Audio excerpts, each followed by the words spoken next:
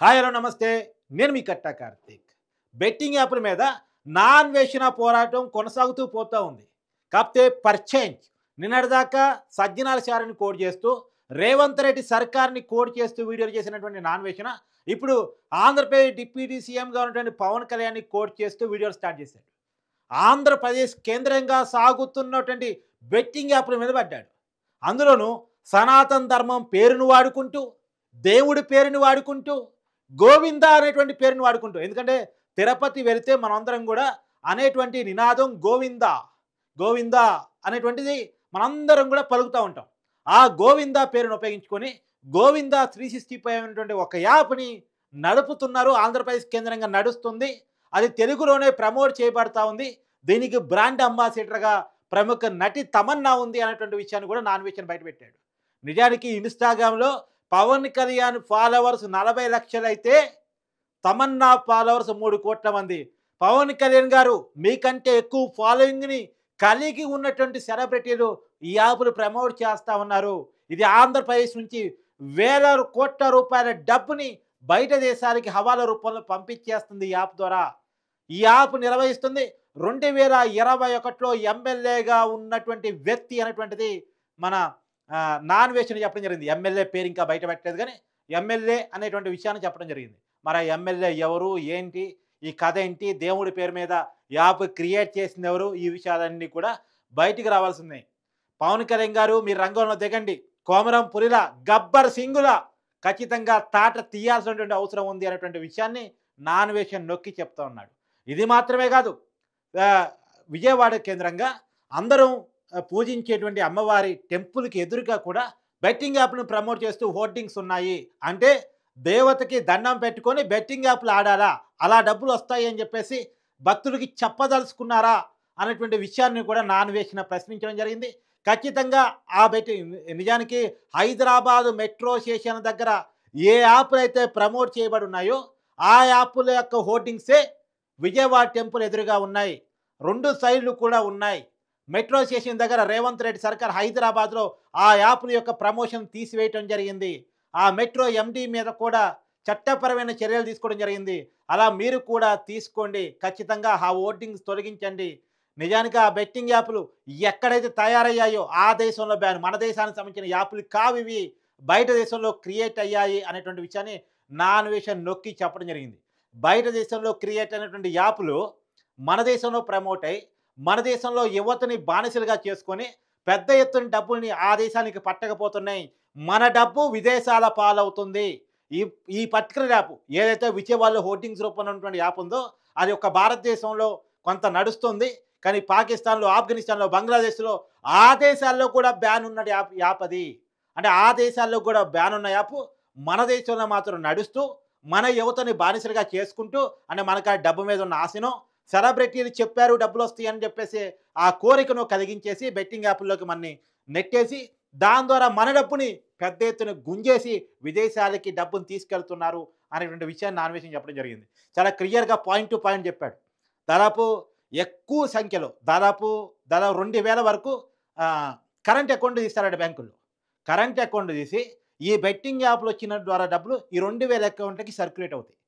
అంటే ఒకే అకౌంట్ కనుక పోతే ఖచ్చితంగా బ్లాక్ అవుతుంది. అది ఎవరిదనేది ఐటీ ఖచ్చితంగా నిఘా చేస్తుంది. ఆ డబ్బులు బయట దేశాలకు పోవడానికి అవకాశం ఉండదు.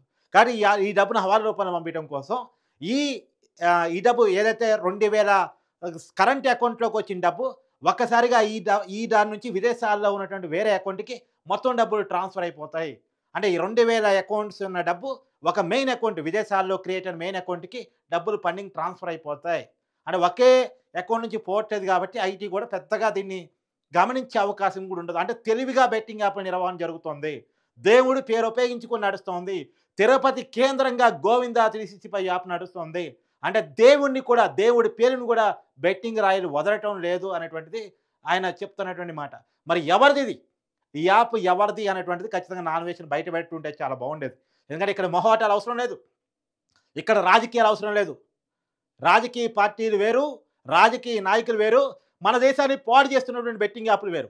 నాన్వేషన్ చెప్పలేకపోతున్నటువంటి ఒక మాట ఏంటంటే బెట్టింగ్ యాప్లు అనేటువంటిది భారతదేశం యొక్క మిడిల్ క్లాస్ మీద బయట దేశ వాళ్ళు చేస్తున్నటువంటి యుద్ధం. డబ్బున్నవాడిని మధ్యతరగతి వాడిగా, మధ్యతరగతి వాడిని పేదవాడిగా, పేదవాడిని మరింత పేదవాడిగా. ఇంకా చెప్పాలంటే మన యువతని నిర్వీర్యం చేయడం కోసం ప్రపంచంలోనూ ఎక్కడా లేని మానవ వనరులు భారతదేశంలో ఉన్నాయి. భారతదేశంలో మనం మోటు భాషలో చెప్పాలంటే తోపులున్నారు. టెక్నికల్ రంగంలో తోపులున్నారు మన దగ్గర. మన దేశం మన యువతని సరిగా ఉపయోగించుకోగలిగితే ప్రపంచంలో అగ్రగామి కాబోతా ఉంది రాబోయే కాలంలో. మన ఆర్థిక శక్తి పెరగబోతా ఉంది. ప్రపంచానికి దిక్సూచిగా మార్కెట్ భారతదేశంలో ఉంది. సో ఈ భారతదేశం మీద కుట్ర చేయాలంటే యువతను నిర్వీర్యం చేయాలి. మన ఆర్థిక శక్తిని పాడు చేయాలి. మన డబ్బును విదేశాలకు ఎత్తకపోవాలి. ఆ కుట్రతోటి ఒకప్పుడు యుద్ధాలు తుపాకులతో చేసేవారు. ఇప్పుడు ఎవరు తుపాకులతో చేయట్లే యుద్ధాలు. బాంబులు పెట్టి మన జనాన్ని చంపట్లే. మన జనాన్ని ఎలా చెప్తున్నారు? బెట్టింగ్ యాప్లకి మనీ లోన్ చేసి, గేమింగ్ యాప్లకి మనీ లోన్ చేసి, దాని ద్వారా మన ఆర్థిక శక్తిని నిర్వీర్యం చేసి, అప్పుల్లో కూరుకుపోయినా చేసి, మన చేత్తో మనకి ఉరితాళ్ళు, మన చేత్తోనే మనం చంపేస్తున్నారు. ఇది ఆత్మహత్య అని మనం అనుకుంటాం. కానీ విదేశస్తుడి హత్య అది. చాలా క్లియర్‌గా నాన్వేషన్ ఒక లెక్క చెప్పాడు. గత 5 సంవత్సరాల కాలంలో 1000 మంది రైతులే చనిపోయారు.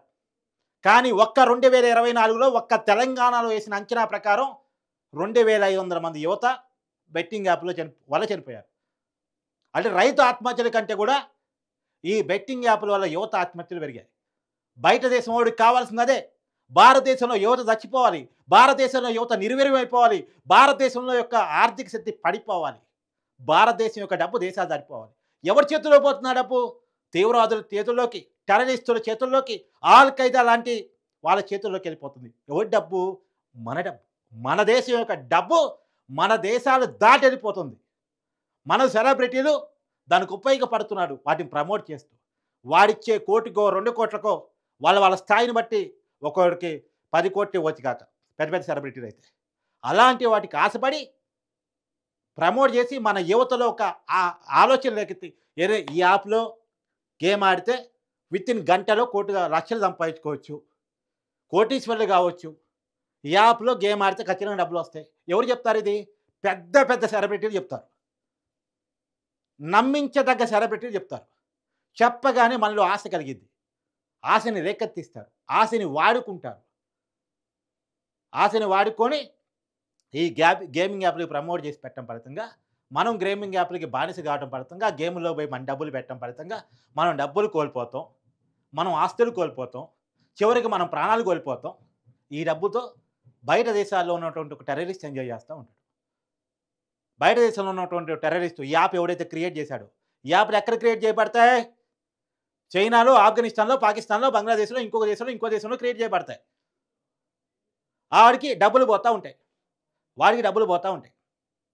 ఎవరి డబ్బు? మన డబ్బు. ఎవడికి పోతుంది? టెర్రరిస్ట్ చేతిలోకి పోతుంది. ఒక మతోన్మాద చేతిలోకి పోతుంది. ఒక యాంటీ సోషల్ ఎలిమెంట్ చేతిలోకి పోతుంది. చూసారా ఏ రకంగా నాశనం చేస్తున్నాడో? ఒక బాంబు పెడితే 2500 మందిని లేపేయచ్చు ఒక్కసారిగా. లేపేలేడుగా. మహా అంటే 100 మందిని చెప్పేస్తాడు. ముంబై బాంబు బ్లాస్టర్ ఎంతమంది చెప్పాడు? 160-170 మంది చనిపోయాడు. అంటే ఒక బాంబు పెట్టి లేదా 10 చోట్ల బాంబులు పెట్టి మహా అంటే ఒకసారిగా చేయగలిగితే ఓ 400-500 మందిని చంపగలడేమో. దానికోసం ఎంత నెట్వర్క్ చేయాలి, ఎన్నాళ్ళు కష్టపడాలి, ఎంత భారతదేశం యొక్క నిఘా కళ్ళు కప్పి, ఇంటెలిజెన్స్ కళ్ళు కప్పి ఒక బాంబు బ్లాస్ట్ చేసి మన జనాన్ని ఒక 400-500 మంది చంపొచ్చు. కానీ ఒక బెట్టింగ్ యాప్ ద్వారా తెలియకుండానే వాడు ఏదో నేరం చేస్తున్నాడని తెలియకుండానే మన దేశంలో ఉన్న ఒక 2500 మంది యువతని చంపేయచ్చు. మన చేతులతో మనకే ఉరితాలు లేపిస్తాడు. వాడికి రిస్క్ లేదు, వాడి డబ్బు వస్తుంది. అక్కడ బాంబులు పెట్టాలంటే వాడి డబ్బు ఖర్చు అయ్యింది. కానీ ఇక్కడ వాడి డబ్బు వస్తే మన చావు జరిగిపోయింది. చూసారా ఎంత తెలివిగా మన మీద యుద్ధం చేస్తూ ఉన్నారు, ఎంత కుట్రగా మన మీద యుద్ధం చేస్తూ ఉన్నారు. దీని మీద పవన్ కళ్యాణ్ గారు స్పందించాలి. తెలంగాణ ప్రభుత్వం ఏ రకంగా అయితే స్పందించిందో ఆంధ్రప్రదేశ్ ప్రభుత్వం కూడా ఆ రకంగా స్పందించాలి. పవన్ కళ్యాణ్ గారు దీని మీద యాక్షన్ తీసుకోవాలని చెప్పేసి నాన్వేషన్ వీడియో చేశాడు. కానీ నాన్వేషన్ కొన్ని విషయాలు ఎందుకో కరెక్ట్గా చెప్పలేకపోతున్నాడు. అంటే ఎక్కడ ఈ యాపులు, దీని వెనకాల ఉన్న టెర్రరిస్టులు ఏంటి, దానికి సహకరిస్తున్నటువంటి రాజకీయ నాయకులు ఎవరు, దానికి సంబంధించినటువంటి వాటిని ప్రమోట్ చేస్తున్నటువంటి సెలబ్రిటీలకు అసలు ఆ విషయాలు తెలుసా తెలవదా? ఈ విషయాలన్నీ తెలిస్తే దేశం చాలా పెద్ద ప్రమాదంలో ఉందన్న విషయం తెలిసిపోతుంది. దేశం చాలా పెద్ద ప్రమాదంలో ఉంది అని తెలిసిపోద్ది.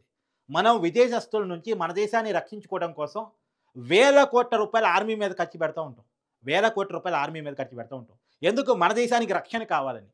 మన దేశానికి రక్షణ ఇవ్వడం కోసం దేశ సరిహద్దుల్లో సైనికులు రాత్రింబవళ్ళు నిద్రాహారాలు మానేసి, ప్రాణాలు తెగించేసి మన కోసం నిలబడి కాపలా కాస్తా ఉంటారు. కాపలా కాస్తా ఉంటారు. అంత కాపలా కాసి బయట దేశంలో మన దేశంలో రాకుండా చూసుకోగలుగుతాం. కానీ ఈ యాపులు మన దేశంలోకి చొచ్చుకొనొచ్చి మన ప్రాణాలు అరిస్తున్నాయి. మన ప్రాణాలు అరిస్తున్నాయి. మరి ఇది కూడా ఒక రకమైన సెక్యూరిటీ కావాలి. ఎలాగైతే ప్రభుత్వాలు వేల కోట్లు ఖర్చు పెట్టి బోర్డర్‌లో సైనికులను పెట్టి మన దేశాన్ని కాపాడుతా ఉన్నాయో, అదే విధంగా విదేశీ దురాక్రమణదారులు, విదేశీ టెర్రరిస్ట్ సంస్థలు, యాంటీ సోషల్ సంస్థలు మన దేశ యువత మీద చేస్తున్నటువంటి దాడి మీద కూడా అంతే దృష్టి పెట్టాలి. ఈ అసలు విషయాన్ని ముందు పెట్టాలి.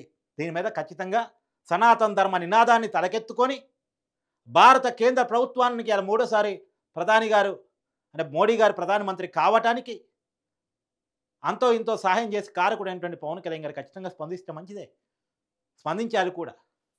ఒకటి ఆంధ్రప్రదేశ్ ప్రభుత్వం తరపున చర్యలు తీసుకోవటం, ఆంధ్రప్రదేశ్లో తెలుగు సెలబ్రిటీలు చేస్తున్నటువంటి ఈ ప్రమోషన్లు ఆపేలా చర్యలు తీసుకోవటం, ప్రమోట్ చేసినటువంటి యాంకర్ శ్యామల లాంటి వాళ్ళ మీద చర్యలు తీసుకోవటం,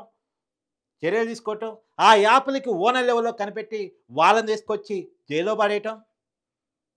మన యువతని పవన్ కళ్యాణ్ లాంటి వాళ్ళు కొంత అంటే ఆయన సినిమా స్టార్ కూడా కాబట్టి ఆయన చెప్తే కొంత వింటారు కాబట్టి, ఇప్పుడు నేను చెప్పిన దానికంటే నా అన్వేషణ చెప్పిన దానికంటే పవన్ కళ్యాణ్ గారు లాంటి వాళ్ళు వచ్చి బెట్టింగ్ యాప్ల మీద చెప్తే జనం వింటారు. వినటానికి అవకాశం ఉంటుంది. యువత కొంత వింటారు. ఆయనకున్న ఫాలోయింగ్ కూడా యువత ఎక్కువ కాబట్టి. నిజానికి అంత ఈజీ కాదు. మద్యానికి బానిసైనను మానిపీయటం, తర్వాత సిగరెట్‌కి బానిసైనను మానిపీయటం, ఇట్లా బెట్టింగ్ యాప్లకి బానిసైనను మానిపీయటం అంత ఈజీ కాదు. కానీ పవన్ కళ్యాణ్ లాంటి వాళ్ళు తలుచుకుంటే కొంత ప్రయత్నం జరగవచ్చు. ప్రభుత్వాలు తలుచుకుంటే కొంత ప్రయత్నం జరగవచ్చు. ఈ యాప్లు కూడా కొంత నిరోధానికి చర్యలు చేపట్టవచ్చు. కేంద్ర ప్రభుత్వంతో మాట్లాడి ఒక రకమైనటువంటి యాక్ట్ అవసరమైతే, ఒక రకమైన యాక్ట్ ఈ బెట్టింగ్ యాప్ల మీద, ఈ ప్రమోషన్ యాప్ల మీద, వీటి మీద కేంద్రం ఒక చట్టం కూడా తీసుకొచ్చేటువంటి అవకాశం పరిశీలించవచ్చు. దాని మీద నాన్వేషం చేస్తున్నటువంటి ఈ వీడియో అనేటువంటిది ఆ యొక్క సందేశాన్ని మనం ఖచ్చితంగా తెలుసుకోవాల్సిన అవసరం ఉంది. పవన్ కళ్యాణ్ గారు స్పందించాలని మనం కూడా కోరుకుందాం.